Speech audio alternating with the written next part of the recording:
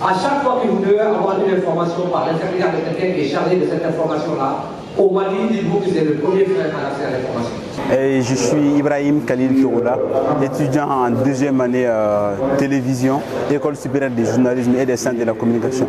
Je suis le responsable de la deuxième année. Ce qui nous réunit aujourd'hui est la deuxième édition de la journée de l'étudiant en journalisme.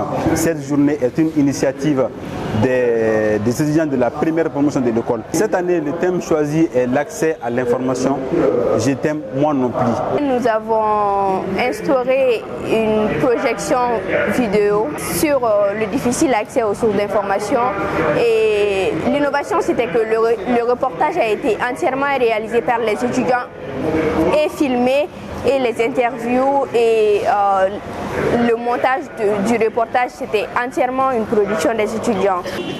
La conférence débat qui va suivre, elle sera sur le thème l'accès aux sources. Je t'aime, moi non plus. L'objectif visé en choisissant ce thème est de faire comprendre au public qu'il est bon de coopérer avec les journalistes, que les journalistes ont besoin de l'information, qu'ils doivent accéder à l'information, que tout le monde les accompagne dans cette mission-là, parce qu'ils ont pour objectif d'informer le public. Les journalistes ne cherchent pas l'information dans les buts de maltraiter qui que ce soit, ils veulent juste informer les gens. L'accès à l'information est une préoccupation constante des journalistes.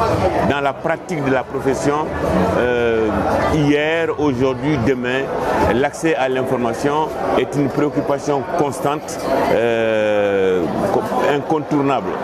Il faut que les journalistes se donnent les moyens. Il faut que les journalistes, par leur formation, par leur rigueur morale, par leur compétence, leur expertise, que vraiment, quand ils sont en face d'une source, on les prenne au sérieux.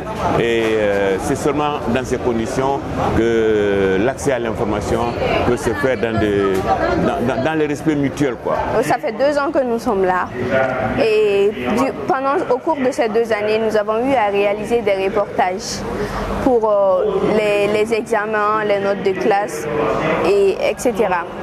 Et lors de ces reportages, nous avons remarqué que les gens que nous approchions pour avoir accès aux informations étaient réticents.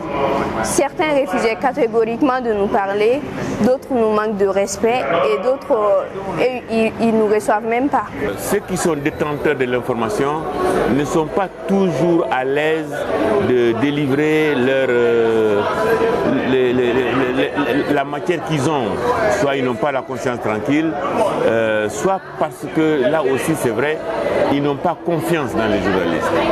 Et les journalistes qui sont là ne sont pas toujours à la hauteur, et ceux qui sont détenteurs d'informations se méfient d'eux. Ils ne souhaitent pas qu'on transforme, qu'on modifie, qu'on leur fasse dire ce qui n'est pas.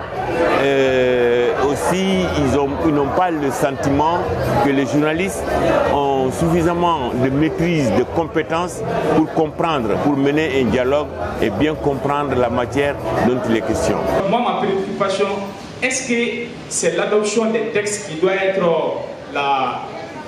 l'unique objectif? Est-ce que l'adoption de ces textes sans mesures coercitives ne vont pas se révéler inefficaces? Il y a les textes qui leur permettent d'exercer la profession, mais malheureusement, bon, si vous allez à la police, que la loi dit la police est obligée de vous donner l'information, et que le policier dit je ne vous donne pas l'information, s'il n'y a pas de sanctions qui suivent,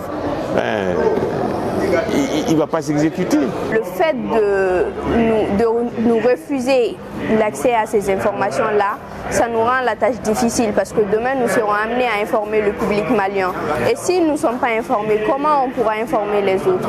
Afin que la formule change et qu'elle devienne je t'aime, moi aussi.